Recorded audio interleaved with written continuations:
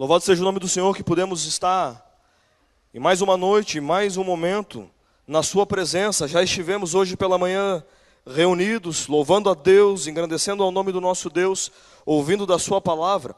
Eu o convido a abrir a sua Bíblia no Evangelho segundo Mateus, primeiro livro do Novo Testamento. Mateus capítulo 6, do verso 5 ao verso 15. Palavras de Jesus. E você tem aí no seu informativo esboço da mensagem, o nosso título: Jesus nos ensina a orar. Mateus capítulo 6, do verso 5 ao verso 15. Amém? Quem não achou aí diz misericórdia. Pode falar bem baixinho que para o irmão do lado não ouvir, né? Mateus capítulo 6, a partir do verso 5, nos diz assim: E quando orardes, não sereis como os hipócritas, porque gostam de orar em pé nas sinagogas e nos cantos das praças, para serem vistos dos homens. Em verdade vos digo que eles já receberam a recompensa. Tu, porém, quando orares, entra no teu quarto e, fechada a porta, orarás a teu pai, que está em secreto, e teu pai, que vem em secreto, te recompensará.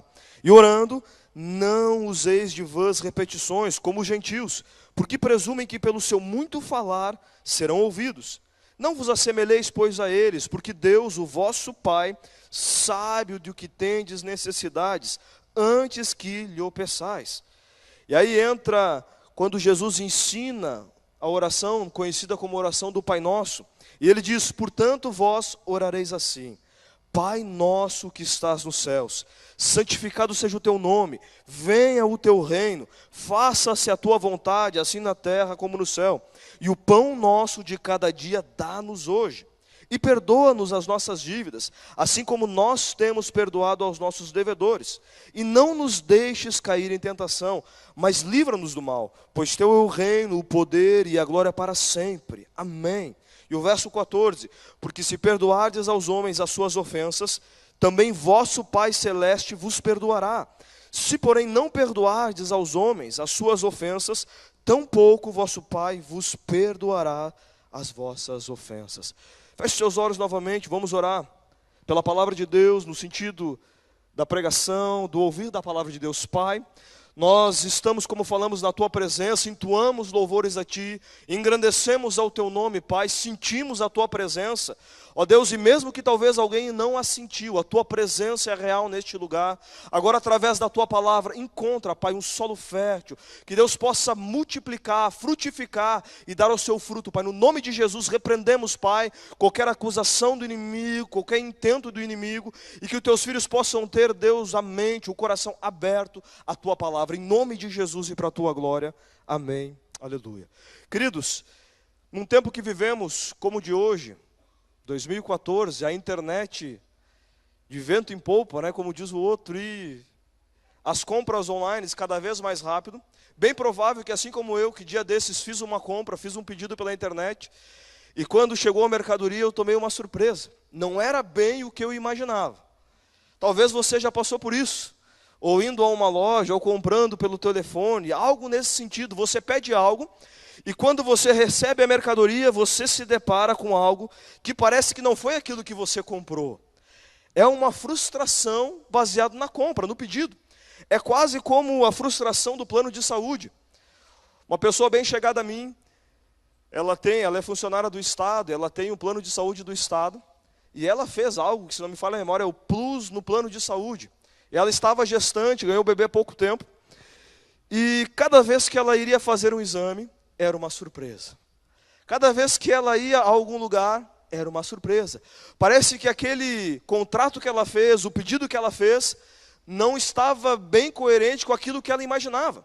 Muitas vezes acontece de nós sermos ludibriados diante daquilo que estamos comprando, daquilo que estamos pedindo.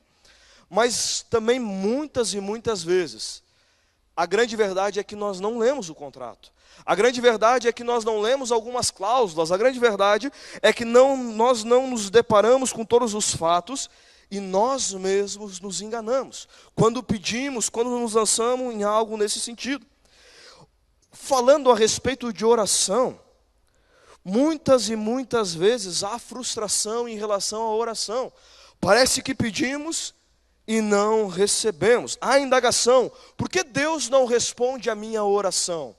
Você já fez essa indagação? Aquela oração específica. Por que, Deus? Parece que eu estou andando tão certo e parece que as coisas não estão acontecendo. O porquê? Há um folclore brasileiro que diz que tudo aquilo que nós pedimos, Deus vai dar. Afinal, Deus é brasileiro. É verdade ou não? Que dizem aí ou não é? Você diz isso? Em tempos de Copa do Mundo, como disse hoje pela manhã, diziam, né, que Deus é brasileiro e os argentinos falavam que o Papa é argentino, né? E eles acabaram chegando lá na semifinal do campeonato. Não adiantou muito, né? Mas os hermanos chegaram lá. A grande realidade, gente, é que muitas vezes caímos nesse folclore, que Deus vai dizer um sim a tudo que pedimos, a tudo que clamarmos, a tudo que pedimos, Ele vai dizer um amém. Dia desses estava levando meu filho numa pracinha, e havia uma senhora ali, e compartilhando de Jesus com aquela senhora. A primeira coisa que ela disse a mim é: tudo aquilo que eu peço a Deus, Deus me dá. Eu não preciso estar numa igreja. Eu não preciso estar em algum lugar. Eu peço e Ele responde. Queridos, isso nada mais é do que uma mentira. Nem tudo aquilo que pedimos, Deus nos dá. É quase como aquela história de profecia. Você vai a algum lugar, ou você conhece alguém, o camarada, o indivíduo, ele dá 2, 3, ou melhor dizendo, 100 profecias, e 3 se cumprem. A dor da sua coluna que talvez vai ser curada, a dor de barriga que passou, e qualquer outra coisa nesse sentido. E há um folclore que às vezes aquele é o guru, que tudo que você pede, ele faz. Mas a verdade não é essa, gente. E aí nós muitas vezes caímos na frustração do pedido. E o que é isso? É acharmos que se Deus não me respondeu, Ele não me ama. Se Deus não fez conforme o meu clamor, é porque Ele não se importa comigo, é talvez porque eu não mereço, é talvez porque eu sou um imprestável e nada do que eu peço Deus fala. Se eu tivesse pedido para o pastor orar, para o líder orar, quem sabe Deus responderia. Há uma frustração, culpamos muitas vezes não apenas a Deus, não apenas nos frustramos, mas muitas vezes até lançamos no inimigo das nossas almas. É culpa do inimigo. Às vezes ele tenta meter a colher mesmo, mas nem tudo é Satanás. E há uma frustração. Tiago, na sua carta, Tiago é meio-irmão de Jesus, filho de Maria. Ele escreve a sua carta, intitulada pelo seu próprio nome, e ele fala a respeito de 2 motivos que não recebemos as nossas petições. Por que parece um não de Deus? Será que é porque Ele não tem poder? Será que é porque Ele não me ama? Ele responde da seguinte maneira. Tiago capítulo 4, o verso 2 e o verso 3. Vocês cobiçam coisas e não as têm. Matam e invejam, mas não conseguem obter o que desejam. E aí ele dá a primeira causa. Vocês vivem a lutar e fazer guerras. Não têm, porque não pedem. Queridos, se você é pai, quantas vezes o seu filho achega-se diante de você, e ele conhecendo você, ele fala de uma maneira que você entende o seu pedido, e passa-se talvez 1, 2, 3 meses, e quando você tem condições, você dá aquilo que ele pede, se for algo saudável, salutar, porque você é pai. Tiago está dizendo, às vezes não recebemos porque não pedimos. Mas não apenas isso, quando pedem, ele dá o segundo motivo, não recebem, pois pedem por motivos errados, para gastar em seus próprios prazeres. A grande realidade, gente, é que muitas vezes pedimos mal, pedimos errado, não alinhamos o nosso coração ao coração de Deus. Eu quero chamar a sua atenção aqui, porque muitas e muitas vezes há uma ideia no meio até mesmo evangélico. Como eu disse, tudo aquilo que você pede, Deus vai lhe dar. E é como aquela maquininha de café, que você vai numa padaria, você vai num posto de gasolina, e você lança ali algumas moedas e você escolhe o café. Você quer o café preto, o cappuccino, o mocassino, e ali tem 500 opções. E aí você coloca ali, você toma o seu café. Deus não funciona dessa maneira. Ele não é uma máquina onde você também pede, coloca algumas moedas, faz uma oração com as palavras corretas e Ele lhe alcança a dádiva e a bênção. Ele é Deus. Ele é o nosso Deus. Ele não é uma máquina, Ele não é um instrumento nosso onde eu decreto e Ele faz. Me perdoe a expressão, isso é totalmente contrário ao contexto bíblico, meu irmão. E às vezes há lugares cheios, lotados, abarrotados, oferecendo uma cura fácil, uma resposta fácil e totalmente dissonante da palavra de Deus. Tiago diz, não apenas vocês não pedem, mas também quando pedem, pedem também muitas vezes pelo motivo errado. Os discípulos muitas vezes pediram errado. A mãe de 2 discípulos pediu errado, coloque um à sua direita e outro à esquerda. Mas os discípulos tiveram a humildade de se depararem com Jesus após Jesus ter orado e dizerem a Jesus, que está aí em Lucas 11, verso 1, Senhor, ensina-nos a orar. Esse é o seu desejo nesta noite? Senhor, ensina-me a orar. Você deseja isso? Às vezes parece que se nós desejarmos isso, alguma coisa vai acontecer com as nossas vontades. Parece que aquele meu plano não vai ser tão bem executado como eu queria. Mas os discípulos fazem esse clamor, Senhor, ensina-nos a orar. A oração é algo que se aprende, algo que se ensina, algo que se pratica. Por isso eles clamaram a Jesus, ensina-nos, Senhor. Queremos ser conhecedores das coisas de Deus. Ou melhor dizendo, do próprio Deus, não apenas das suas coisas. Não apenas daquilo que tu faz e tu realiza, mas queremos estar com o nosso coração linkado ao teu coração, à tua vontade, ao teu desejo para com as nossas vidas. Esse era o clamor dos discípulos. E no texto que lemos, no Sermão do Monte, Jesus nos dá 2 advertências para quem busca a Deus em oração. E eu quero dizer a você, se você não sabe disso, e se você sabe, eu quero relembrar você, que a oração não é para criar culpa diante de você. Não é para que você chegue meia-noite, cansado do seu trabalho, e você vai deitar culpado, dizendo assim, Deus, eu não orei. E porque eu não orei, Jesus, eu vou ter pesadelo e você vai me castigar, e aquela coisa terrível. Não, a oração, ela vem de Deus para com as nossas vidas, não como uma obrigação temida, mas como um privilégio maravilhoso, para nós adentrarmos a presença de Deus e conversarmos com Ele, falarmos com Ele. Numa época, gente, da tecnologia, como disse, aonde você conversa o tempo todo pelo WhatsApp, pelo Facebook e tantas coisas que a tecnologia está aí. Às vezes você vai num restaurante, vai a algum lugar, você observa casais que eles estão trocando mensagens. Às vezes capaz de estar trocando um com o outro, ao invés de estarem conversando, dialogando. Passa um WhatsApp para Deus, me perdoe a expressão, não tem como, mas conversa, fale, tenha um diálogo com Deus, é nesse contexto. E ele diz, a primeira coisa, a primeira advertência que Jesus nos dá, no texto que lemos, no verso 5, diz, não sereis como os hipócritas, porque eles oram para serem vistos. Queridos, naquela época, os fariseus, aqueles que eram os letrados, aqueles que sabiam a lei, eles se colocavam nas praças e oravam com eloquência, com palavras bonitas, belas, para impressionar o povo. Um povo que não entendia o acesso que tinha a Deus. Era dessa maneira que funcionava. Jesus está dizendo, então, não façam como eles, porque isso é hipocrisia.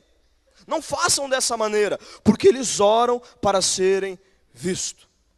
E digo a você, às vezes, o crente novo, o cristão novo, aquele que recém está dando os primeiros passos na fé, ele é inibido a orar, porque ele se coloca às vezes numa situação com vários crentes antigos, que começam a dizer palavras, o nosso Deus é meritíssimo Deus, e aí vai. É a Bíblia toda citada, gente, é quase uma pregação. E o indivíduo que recém está caminhando na fé, ele se sente constrangido.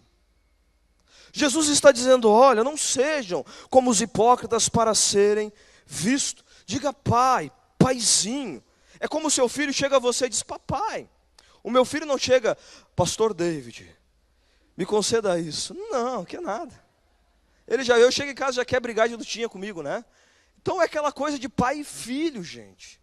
O nosso Pai, o nosso Deus é dessa maneira. Isso significa que nós devemos ser reais, ser honestos com Deus, não tentar impressionar a outros com a oração. Você já fez uma oração algum dia que você disse assim, Uau, que performance!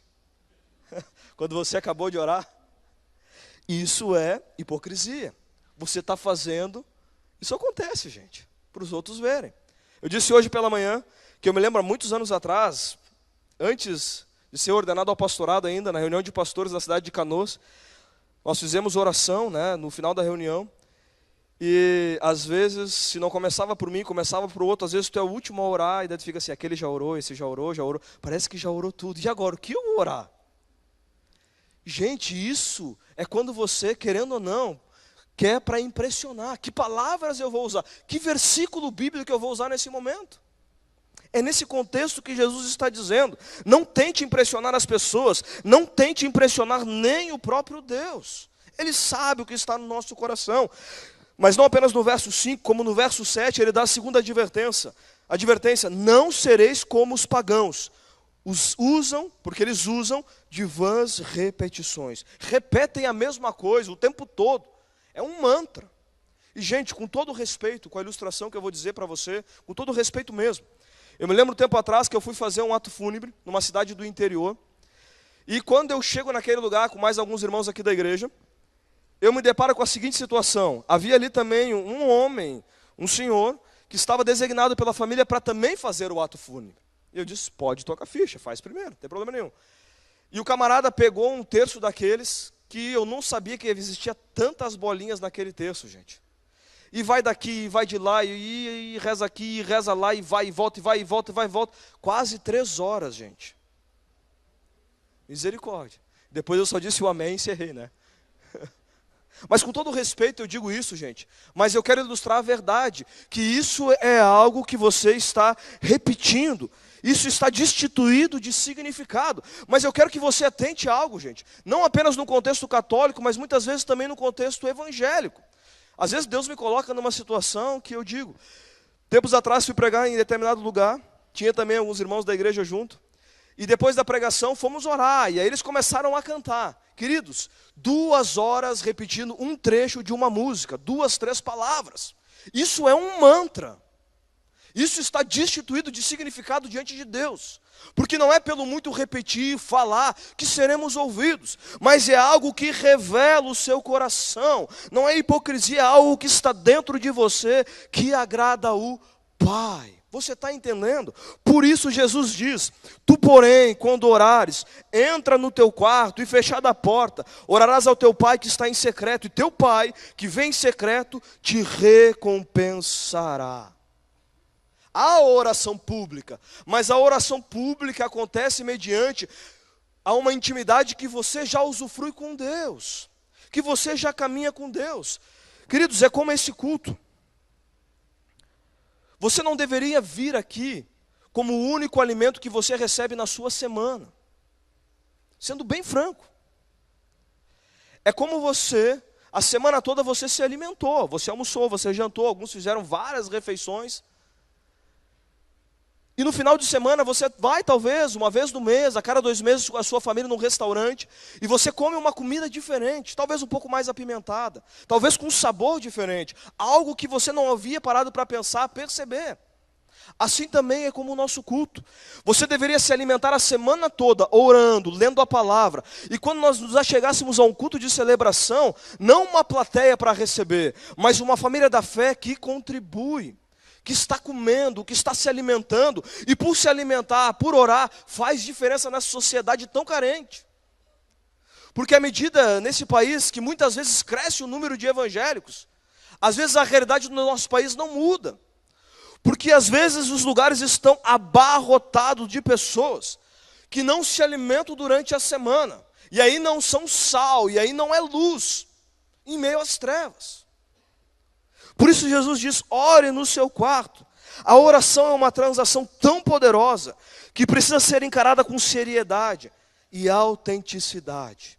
Por isso essa oração do Pai Nosso serve como um modelo, um parâmetro, uma estrutura de uma oração que agrada a Deus. Veja bem, não há problema nenhum você recitar o Pai Nosso. Não, mas precisa estar com significado, gente. Porque senão é uma repetição. Se Deus quisesse que o Pai Nosso fosse orado toda vez que você se reunisse, Tiago tinha orado, João tinha orado, Pedro tinha orado, Maria tinha orado, e Paulo tinha orado. Estava na Bíblia de novo o Pai Nosso escrito. Além da questão dos evangelhos. E não está. Porque aqui está um princípio, é uma forma, é um modelo, que tem alguns ingredientes para que eu e você chegamos à presença de Deus. A primeira coisa que ele diz que é uma base. Ele diz, portanto, Jesus falando, vós orareis assim, Pai nosso que estás no céu. Pai nosso. Isso implica num relacionamento com Deus, de um pai que me ama, de um pai que se importa comigo. Num país que diz que Deus é brasileiro, há um outro folclore. Deus é pai de todos. Não é verdade. Não se assuste. João 1,12 nos diz a seguinte coisa, mas a todos, melhor dizendo, o verso 11 já diz que ele veio para que eram os seus, e os seus não o receberam. Mas a todos quantos o receberam, deu-lhes o poder de serem feitos filhos de Deus, a saber os que creem no seu nome. Queridos, só há duas maneiras de você ter a paternidade de Deus. E o Pai Nosso está em condição de paternidade, Pai Nosso. A primeira delas é por nascimento. E aqui só Jesus se enquadra. E a segunda é por adoção. Aleluia. Porque podemos dizer, Abba Pai, Paizinho. À medida que nos conectamos com Cristo, à medida que o aceitamos como Senhor e Salvador, o Espírito Santo sela o nosso coração e somos salvos. Temos um Pai. Nós não precisamos temer esse Pai, como se Ele fosse aquele que estivesse pronto a nos castigar. Muito pelo contrário. Agora nós temos acesso junto ao trono da graça, conforme está lá em Hebreus. Nós temos acesso. Um lugar onde encontramos graça e misericórdia para o tempo oportuno, meu irmão. Você entende isso? Que você tem um pai que se importa com você, que você pode adentrar na presença dele. Que coisa maravilhosa, tremenda e espetacular.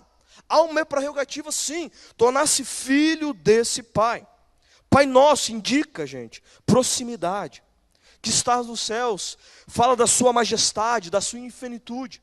Um Deus grande, mas que apesar de tão grande se porta comigo e com você.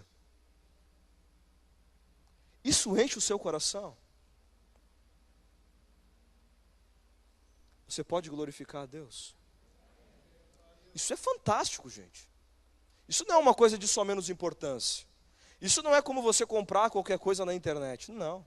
Você foi comprado pelo sangue de Jesus. Isso mudou a nossa realidade, gente. Mas não apenas o Pai Nosso, que nos dá acesso, é a prerrogativa do Pai Nosso.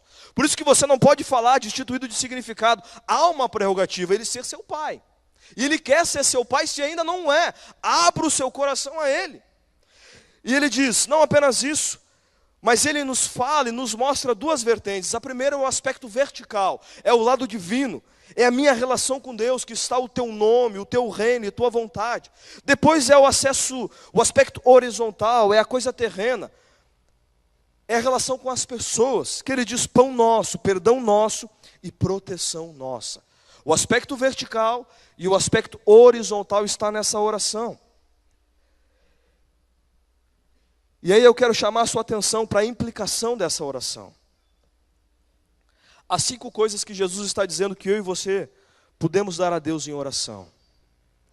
A primeira delas tem a ver com o nome de Deus. O teu nome, dar a Deus o meu amor. Santificado seja o teu nome. Queridos, bem provavelmente que eu e vocês, quando chegamos na presença de Deus, a primeira coisa que fazemos é pedir. Será que eu estou falando alguma coisa muito diferente? Me dá isso, me dá aquilo, eu preciso, me dá pão, Deus. Olha a minha necessidade, me dá, me dá. Jesus faz totalmente o diferente, o contrário. Ele chega e diz, santificado seja o teu nome. Ele reverencia a pessoa de Deus, ele começa com Deus, com aquilo que Deus é. Deus quer ser amado não por aquilo que Ele nos dá, mas por aquilo que Ele é. A coisa mais frustrante na vida de um pai, de um avô, é quando você chega de viagem e você adentra a sua casa e o seu filho pergunta, cadê o meu presente? Porque talvez no telefone você disse que iria trazer. Ele não chega aí e lhe abraça, que saudade. Mas quando ele chega e abraça, isso comove o coração do pai, do avô, do tio, do parente. Nós precisamos reverenciar ao nosso Deus por aquilo que Ele é.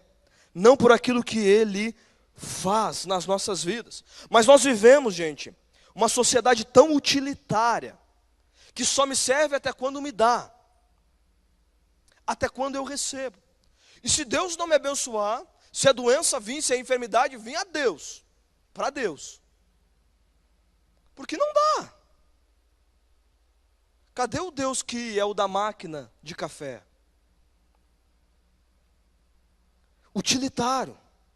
É como aquele menino que conhece a menina e a primeira coisa que diz a ela, tira a roupa.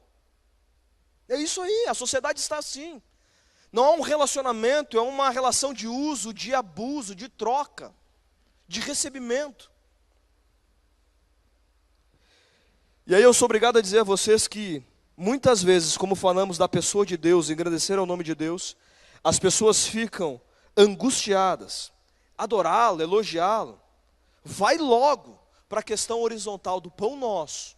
Vai logo para a parte que eu vou receber alguma coisa. Porque esse negócio de dizer a Deus que eu amo Ele, que eu quero adorar, o que eu ganho com isso?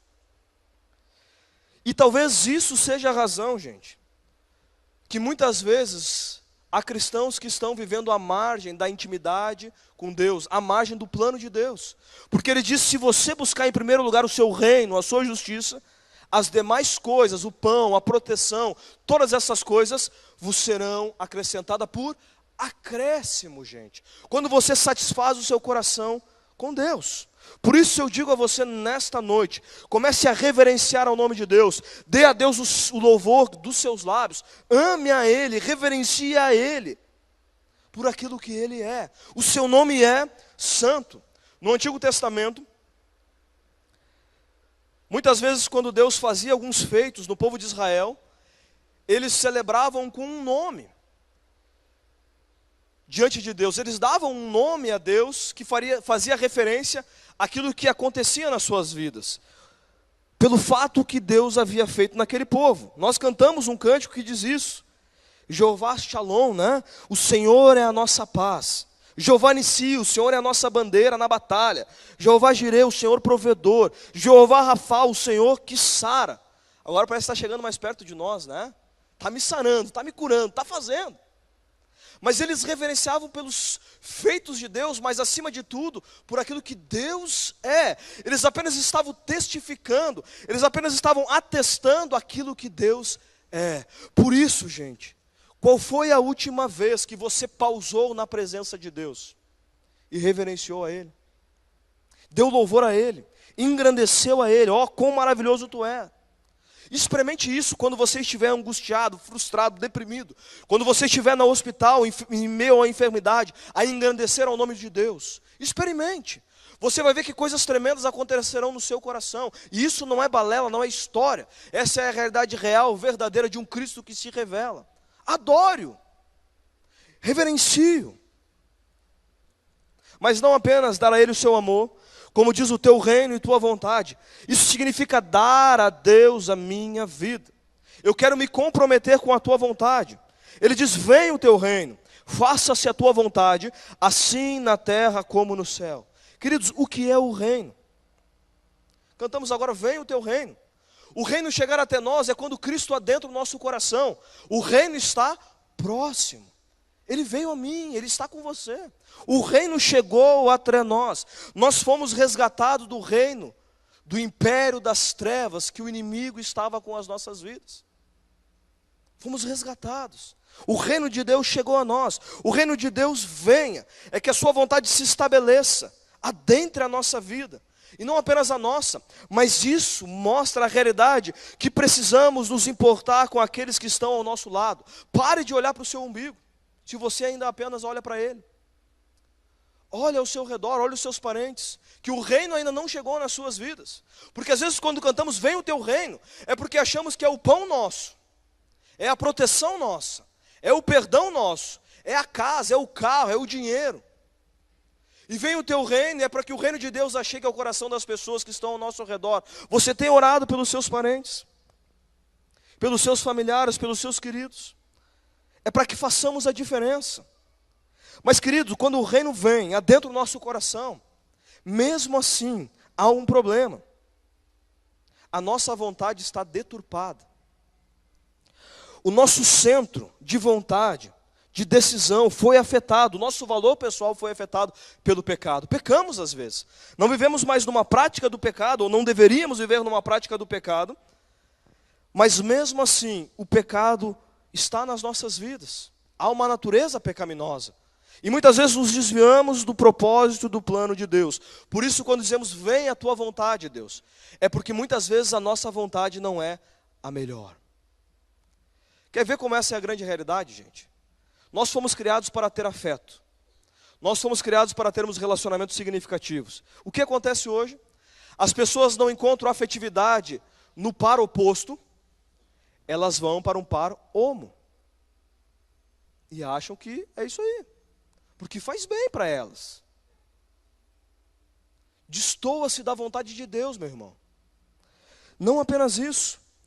Perceba, muitas vezes os lares, as famílias, meninos e meninas, que nunca os pais deram tempo, deram tablet, deram smartphone, deram todos os brinquedos, mas não deram tempo, intimidade, não pausaram com seus filhos. Há um anseio por afeto. Veio primeiro o malandro e a coisa vai para o brejo. Porque estão carentes de afetividade. É a realidade, gente. Está deturpado o nosso senso de valor. Eu olhei uma reportagem agora, se não me engano, sexta-feira, no portal Terra.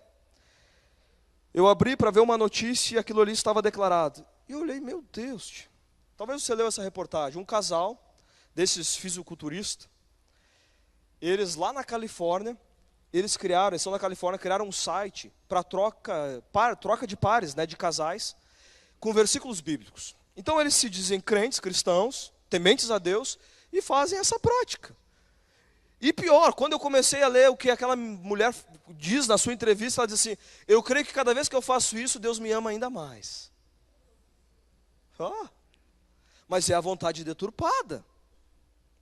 E eu acho que aquilo que eu estou fazendo, Deus está me aprovando. Deus não nos ama nem mais e nem menos. Mas a aprovação de Deus é diferente.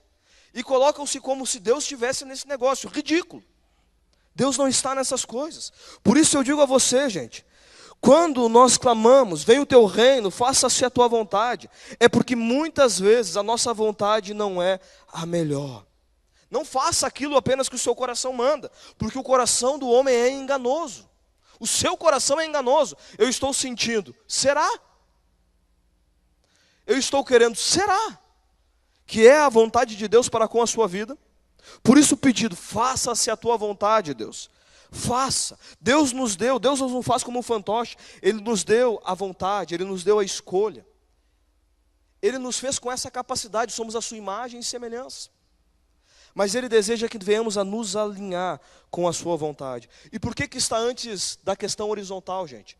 Porque Jesus sabe que à medida que vamos pedir pão, à medida que vamos para o perdão, à medida que vamos para as coisas terrenas, muitas vezes fugimos da vontade de Deus. Ele está dizendo, cuidado, peça a vontade de Deus para a sua vida. Como no reino, lá no céu sempre é feito a vontade de Deus. Aqui na terra não, gente.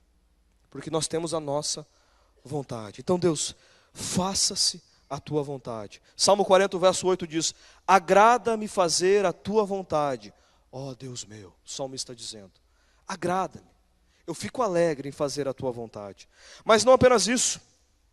E eu quero falar de uma maneira breve para que você entenda da questão horizontal. Não é novidade para você. Mas ele fala do pão nosso. E o pão nosso é dar a Deus as minhas ansiedades. Deus se importa com as nossas questões individuais. Deus se importa com as nossas questões terrenas. É fato, é verdade. Ele se importa comigo e com você. Por isso ele diz, o pão nosso de cada dia dá-nos hoje. Primeira lição desse texto, desse verso. Pão é pão mesmo. Não é esse negócio de pão espiritual.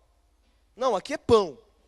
Aqui é necessidade física. Aqui é comida, aqui é comer, aqui é beber, aqui é vestir, é aquilo que você precisa para sobreviver. Por isso não viva na ansiedade. Deus sabe o que você precisa. E é pão, e Ele vai lhe dar. Ele não promete uma riqueza desenfreada. Como nós vemos muitas vezes no meio político, que roubam a torto e a direito. E deixam os outros pobres, vivendo na miséria, sem escola, sem educação, sem saúde básica. Não é esse tipo de riqueza. Mas é o pão. É aquilo que Ele garante aos seus filhos. As suas necessidades. Outra coisa, é pão nosso de cada dia. É cada dia, gente. A Bíblia fala de fazer planos, de projetar, amém, glória a Deus. Mas é que você fique na dependência de Deus, não fique na ansiedade. Será que eu vou ter amanhã? A cada dia basta o seu próprio mal. O povo de Israel, quando estava no deserto, vinha um maná a cada dia. No outro dia já estava podre aquele maná, vinha um novo. As codornizes do céu, quando eles quiseram carne, vinha a cada dia. É a cada dia ele vai suprir, vai glorificando a Deus. Não importa a situação, glorifique a Deus. O que você precisa hoje, meu irmão? A Bíblia diz em Filipenses 4,6: não andeis ansiosos de coisa alguma. Em tudo, porém, sejam conhecidas diante de Deus as vossas petições. Ore pela oração e pela súplica, com ações de graça. Ore sobre tudo, gente. Sabe o que é ação de graças aqui? É contentamento. Paulo disse: eu aprendi a estar contente em toda e qualquer situação. E ele passou tanto fartura, como também escassez. Eu aprendi, é um aprendizado. E contentamento, gente, é pelo menos duas coisas. É ter coisas como se você não tivesse. Veja bem. É ter coisas como se você não tivesse. Você sabe que quem lhe deu foi Deus. Não diga que o seu próprio braço adquiriu a sua riqueza. O que você é? Contentamento é isso. Mas não apenas isso. Contentamento também é não ter coisas como se você tivesse. Veja bem. Talvez você não tenha o eletrodoméstico que você queria, o carro que você queria, a casa que você queria. Mas é não ter coisas como se você tivesse. Porque você sabe que Deus supre as suas necessidades. Aleluia. Isso é uma realidade da sua palavra, gente. Porque no fundo você sabe que não tem direito algum, mas Ele dá porque Ele lhe ama. Simples assim. Mas não apenas o pão nosso, como Ele diz, o perdão nosso. É quando você dá a Deus a sua culpa e a sua dor. Ele diz: perdoa as nossas dívidas, assim como temos perdoado aos nossos devedores. Queridos, a grande realidade é que aqui não é uma condição, mas um paradigma. O que recebo de Deus deve ser dado aos meus devedores. Você recebeu o perdão de Deus, dê às outras pessoas. Estenda esse perdão. Não fique na mágoa, no rancor, na amargura. Porque você não perdoar é como você entrar numa sala que tem a radioatividade, você sai dali não apenas contaminado, mas você contamina todo mundo. Perdoe, abre mão. Quantos aqui já adoeceram por causa da falta de perdão? Quantos aqui deixaram já de se relacionar com pessoas que amam, que amaram, por falta de perdão? Não faça isso. Não deixe que a amargura adentre o seu coração. Assim como Deus tem prazer em perdoar você, perdoe as demais pessoas. Mas talvez você diga: pastor, a grande verdade é que eu me sinto culpado. Dê a Ele sua culpa, confesse o seu pecado, receba o perdão de Deus, não volte mais à prática. Dê a Deus a sua culpa, mas dê também a sua dor. Porque isso destrói pessoas, queridos. Há pessoas que muitas vezes estão nos vícios, estão nas drogas, na prostituição e tantas coisas. Porque se sentem ainda magoados por aquilo que seu pai fez, o seu tio fez, o seu parente fez. E acham que estão prejudicando essas pessoas. Mentira. Estão prejudicando a sua própria vida, por isso perdoe. Libere, abra mão. Ofereça o perdão que vem de Deus. Perdoe as ofensas. O verso 14 e o verso 15, ele diz que devemos perdoar aos homens as suas ofensas, porque senão Deus não vai nos perdoar. Aqui o contexto que está dizendo, gente: tampouco vosso Pai vos perdoará as vossas ofensas. É como você queimar a ponte que Ele leva para o céu. Você sabe que precisa do perdão de Deus para chegar ao céu, e você queima essa ponte. Você só vai ao céu por causa do perdão de Deus. Perdoe as pessoas, gente. E por fim, ele diz: proteção nossa. Quando ele fala a respeito da tentação: e não nos deixei cair em tentação, mas livra-nos do mal. É dar a Deus os meus medos e as minhas tentações. O que você teme ainda nesta noite? Quais são os seus medos? Quais são as suas tentações? A oração do Pai Nosso está dizendo: clame por proteção. Clame pela proteção de Deus. Estejam alertas, vigiem, diz a palavra de Deus lá em 1 Pedro. O diabo, o inimigo de vocês, anda ao redor como leão, rugindo e procurando a quem possa devorar. O diabo não existe. Será? Aí fora há multidão de pessoas que dizem que o diabo não existe. Mas são os primeiros a entrarem em diversos lugares e oferecerem tantas coisas a deuses estranhos. E acham que estão oferecendo a quem? E às vezes você está inibido de falar da sua fé a essas pessoas. Querido, você tem a luz que ilumina a todos os homens. Fale desse Jesus maravilhoso. Clame a esse Jesus maravilhoso. Ele diz que esse diabo fica ao derredor. Isso fala a respeito da tentação. A tentação visa que eu e você pecamos. O diabo sabe que se você verdadeiramente se entregou a Jesus, o Espírito habita, você não sai da mão do Pai. Mas ele quer neutralizar a sua fé. E aqui há duas coisas. Ele quer neutralizar que você não fale de Jesus às demais pessoas. Que você se sinta tão sujo, que você diga assim, eu não tenho autoridade para pregar para outras pessoas, para anunciar, para testemunhar. Mas a segunda coisa, ele quer tentar você a viver apenas na questão horizontal. E você acha que o pão vem do seu trabalho apenas. Você acha que as coisas horizontais vêm apenas de você. E você esquece da questão vertical, de dar glórias ao nosso Deus. E assim você vai se apagando. Eu fico impressionado às vezes com cristãos de tempos de fé, gente. Que às vezes estão, não vou dizer morno, mas frio. Porque adentraram numa vida terrena apenas e esqueceram que há uma realidade eterna. É isso que Jesus está dizendo. Livra-nos do mal, livra-nos da tentação. Essa tentação que principalmente nos desvirtua da questão vertical. Provação não é tentação. Provação Deus permite para que nós venhamos a crescer na fé. Tempos atrás, quando a minha esposa estava ali na segunda gestação, no início da segunda gestação, veio a perder o bebê. Queridos, isso é uma provação. Isso testa. Eu não amaldiçoei o meu Deus é bem maior que qualquer coisa. Eu glorifiquei a Deus não pelo fato, mas porque eu sei que Ele está conosco. E é isso que Deus nos chama, a glorificar o seu nome. A provação é diferente da tentação. Por isso eu digo a você, será que você não tem sido tentado a afastar-se do plano e do projeto de Deus para com a sua vida? Como você tem vivido? Tiago 4,7 diz, sujeitai-vos, portanto, a Deus, mas resisti ao diabo, e ele fugirá de vós. Tem gente que acha que tem que orar, expulsar todos os demônios, mas o cabra sai ali fora e mais um monte de demônio pega aquela pessoa, se não se posicionar com Jesus. O que o texto está dizendo não é uma oração forte. O que ele está dizendo é que primeiro você precisa se sujeitar a Deus. Sujeite-se à vontade de Deus, o seu coração a Deus, e resistir ao diabo e ele vai fugir de vós. Essa história de entrevistar diabo, de falar com o diabo, de querer que o diabo dê plateia ao diabo, isso não está no princípio da palavra de Deus. Mas o princípio de Deus é que eu e você precisamos nos sujeitar a Deus e resistir ao diabo, e ele vai fugir, em nome de Jesus. Não tenha medo do diabo. Quais são os seus medos? Quais são as suas tentações? E para finalizar, talvez você está pensando, e daí, pastor? E o meu pedido? Qual é a vontade de Deus para mim? Eu coloquei 2 textos para você aí. O primeiro deles, 1 Coríntios 10, o verso 31, que eu quero que você atente para essa verdade. Qual é a vontade de Deus para a minha vida? Essa história, gente, que Deus, com quem eu vou casar? Com o João ou com a Maria? Não é bem assim. Imagina se você casasse com o João, e o João era para casar com a Joana, e você é a Maria. A Joana vai ser infeliz a vida toda. É mais ou menos aí a coisa. Tem coisa, gente, que é do dia a dia, você vai escolher.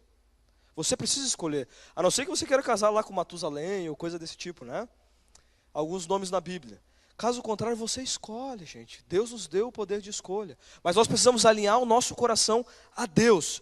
2 coisas. Primeiro, portanto, quer comais, quer bebais, ou façais outra coisa qualquer, fazei tudo para a glória de Deus. Aqui não é o glória que você dá no culto, no grupo e na sua casa. Não é isso.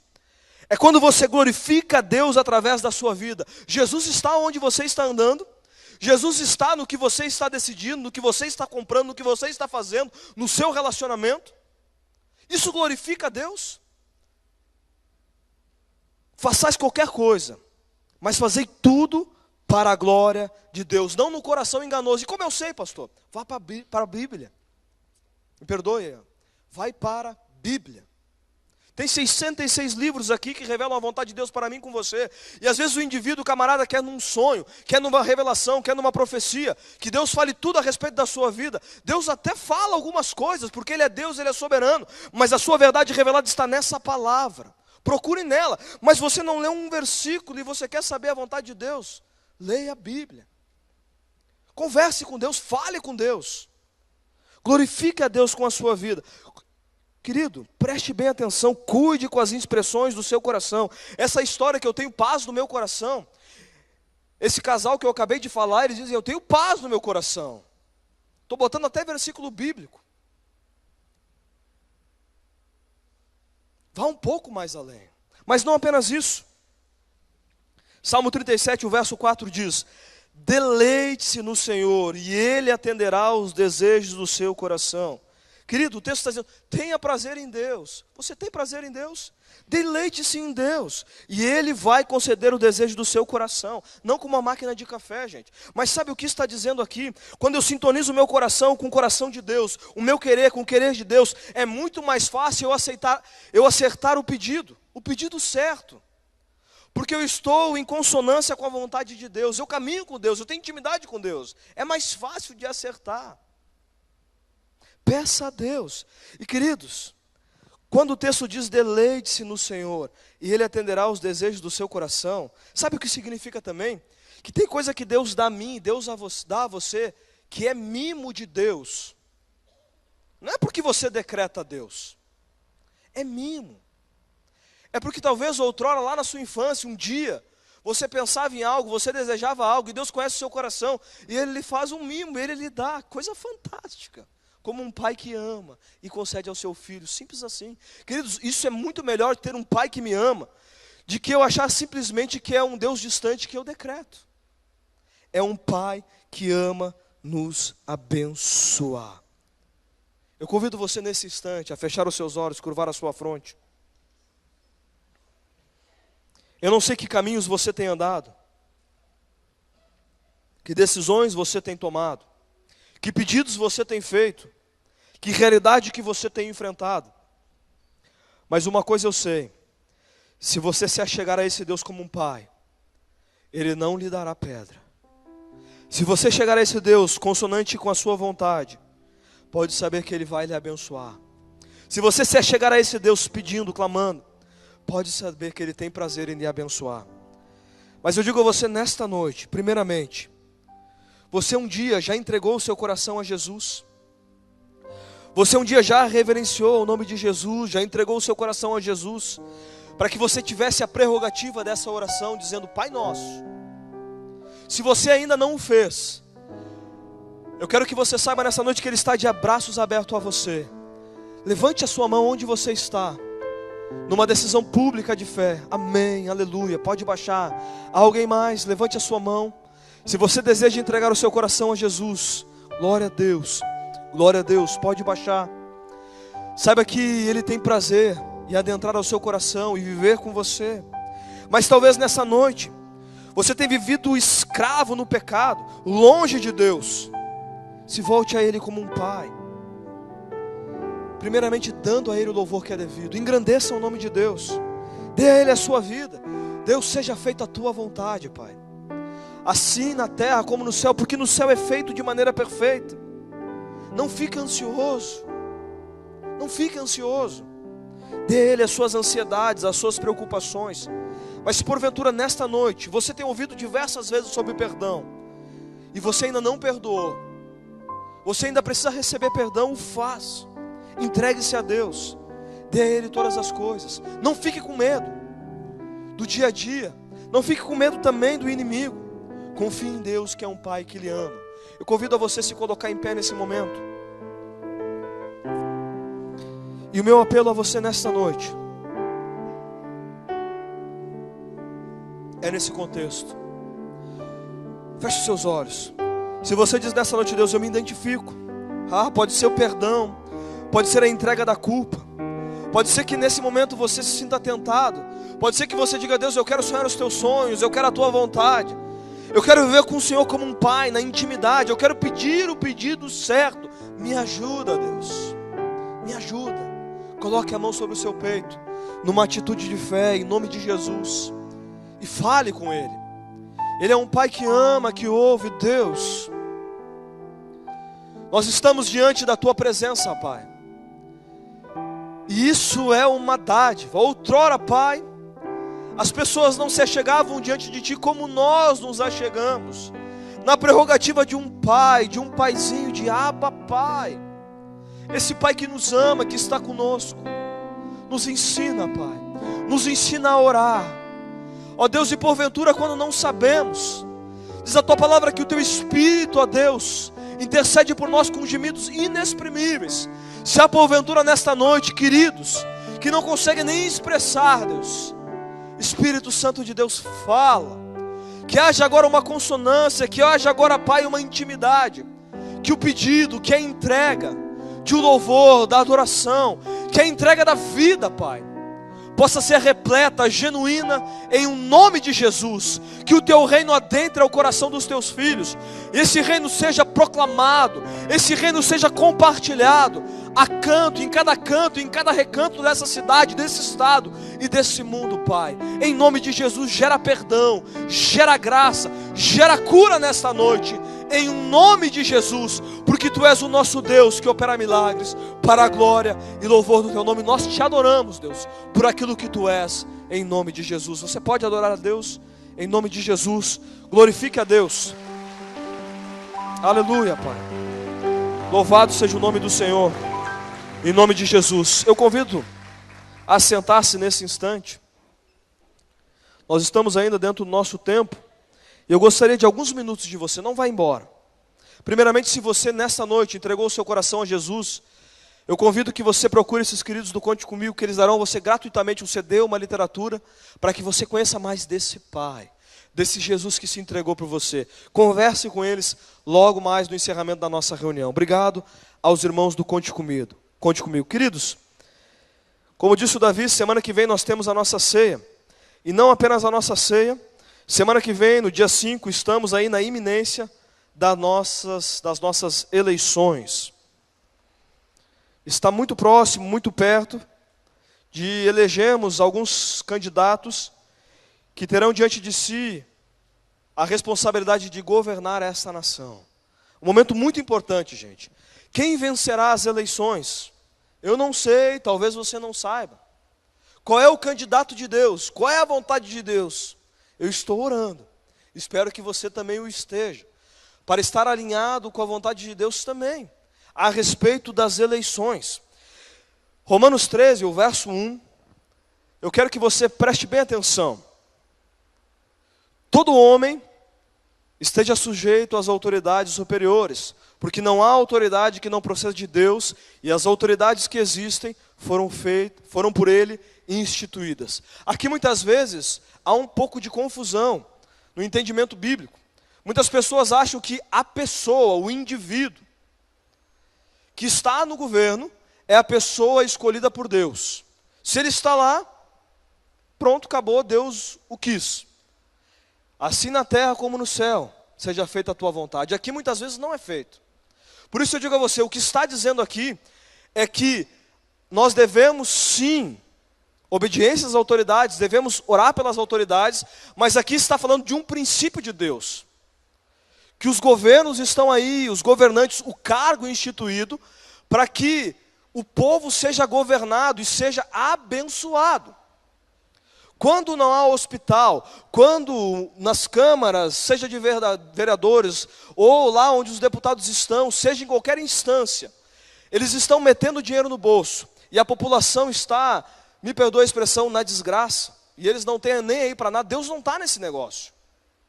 E pode saber que eles vão ser cobrados disso.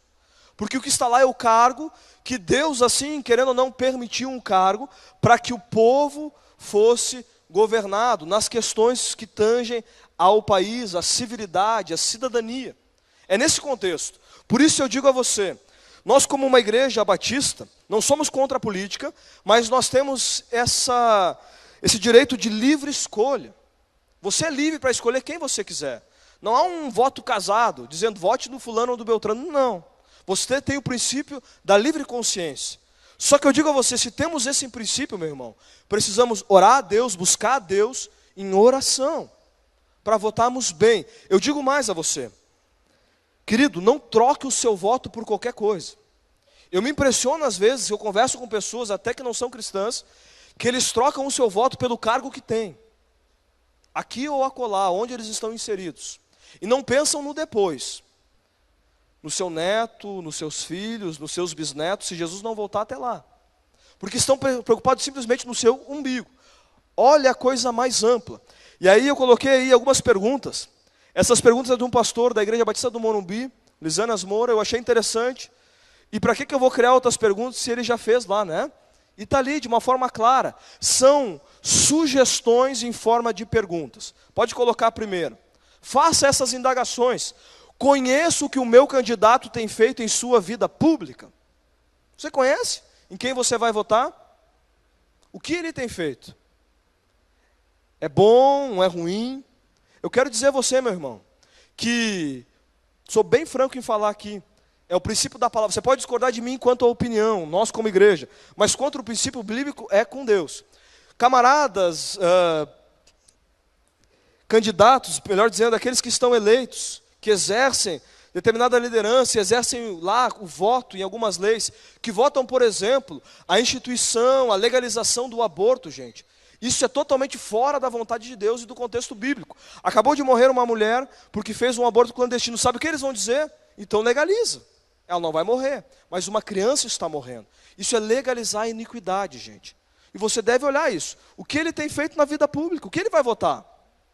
Pense nisso, gente. Pode botar. A sua história política ou de vida pública inspira confiança. Eu disse hoje pela manhã. Tem um camarada lá, eu vou dizer o nome que vocês sabem, o Maluf, nós não nem vai poder se candidatar agora, né? Por causa da ficha limpa. Todo mundo sabe, gente. Daí das dificuldades, mas você votar num camarada desse, você está atestando que aquilo que ele está fazendo está correto. Então, a história política ou de vida pública inspira confiança ou o camarada tem roubado, tem feito coisas que não são corretas? Pode botar. O que ele faz e como age reflete os valores bíblicos, tais como integridade, amor ao próximo, socorro ao necessitado, o bem do país antes do bem pessoal. Veja bem, entre outros valores. Não é que você só tem que votar em cristão, não é isso que eu estou dizendo.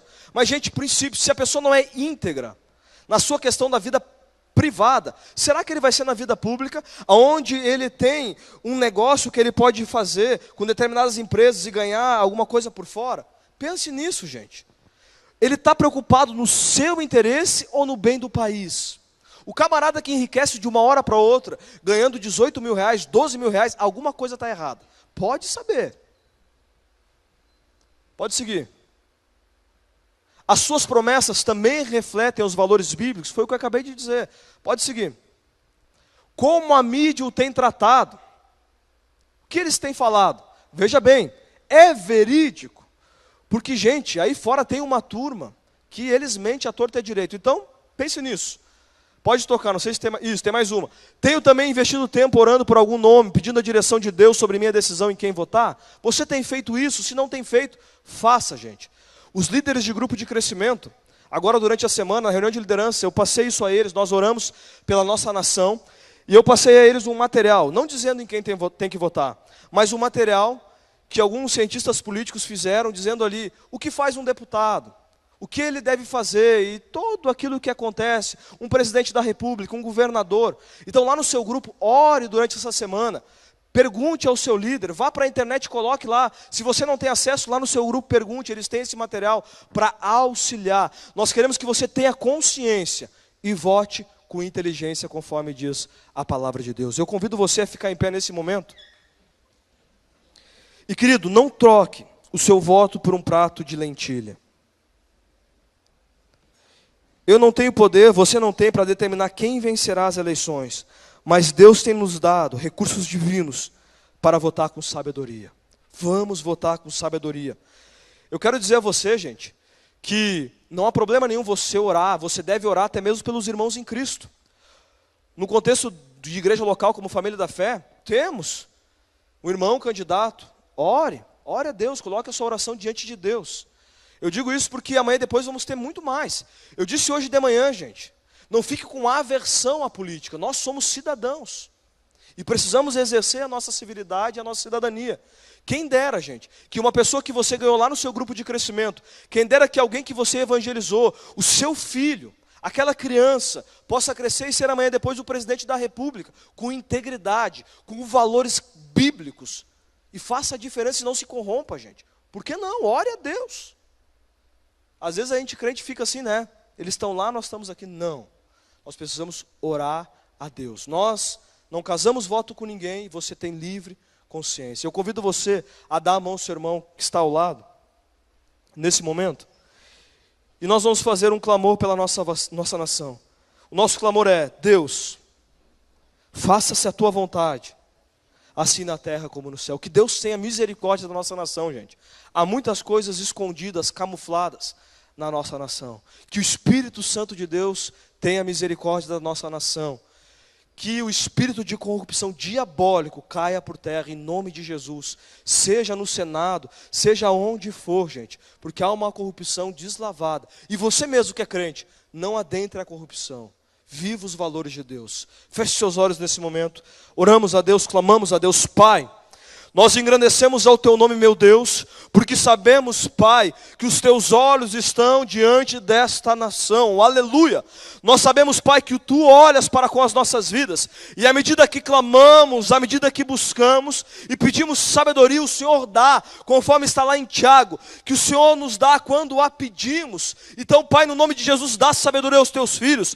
À medida que vamos votar, em nome de Jesus, nós abençoamos a nossa nação. Nós amamos a nossa nação. Pai, quebra o nosso coração quando vemos hospitais, quando vemos pessoas à margem nessa sociedade, carentes, necessitadas, que não têm educação, que não têm saneamento básico. Pai, no nome de Jesus, muda o quadro dessa nação. Mas nós sabemos que temos uma responsabilidade de fazermos a diferença com o nosso voto, de influenciarmos, Deus, as pessoas, para que não vendam os seus votos, para que, Pai, não entre, não adentre na corrupção, mas que façam a diferença com a sua vida. Por isso nós abençoamos, Pai, o dia 5 de outubro, faça-se a tua vontade, em nome de Jesus e para a tua glória, Pai. Nós oramos, nos despede na tua paz, através da tua graça e da tua misericórdia, e que possamos refletir nessa semana, em nome de Jesus e para a glória de Deus. Amém, aleluia. Glória a Deus. Estamos despedidos na graça e na paz de Jesus.